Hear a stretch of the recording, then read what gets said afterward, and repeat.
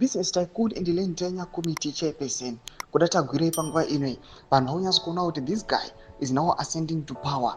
Panguva inoi vanhu vane masuspicions vachiti this guy anogona kupinda kupresidency anytime soon patigona tichiapproacha 2028. Vanhu vari kunyatso kuziva kuti mukomana oyo anenge ari kufevhewa nethe top leadership. Sanapinda mashoko ari kubuda panguva inoi tichiona kuti business tycoon aiwa kudatagwirei panguva inoi ava kumobilize mandiri subscribe or like on the bell icon. Tobena BBC amdanyura chiti business tycoon and land tenure committee chairperson kudatagwirei unpacks the land tenure during the launch of 2025 leadership success series at Masvingo Polytechnic.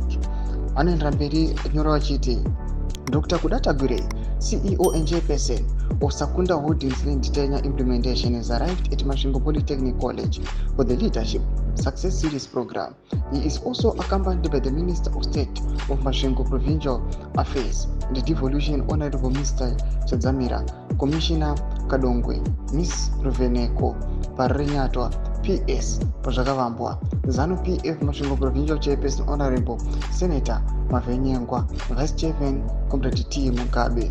Honorable Minister Tatenda Mavetera, in partnership with Sakunda, will launch his program in all the 10 provinces, starting with the Masvingo province. Domash Wargon Kopana Banyasonot Iowa.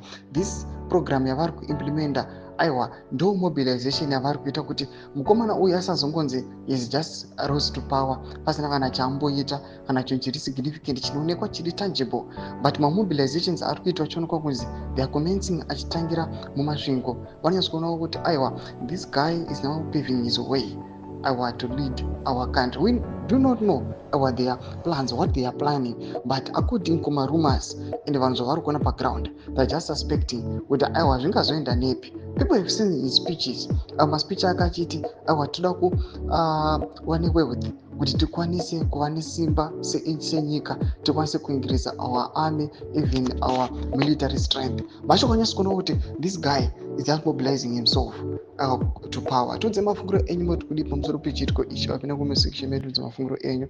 So subscribe or like, chit on the bell icon.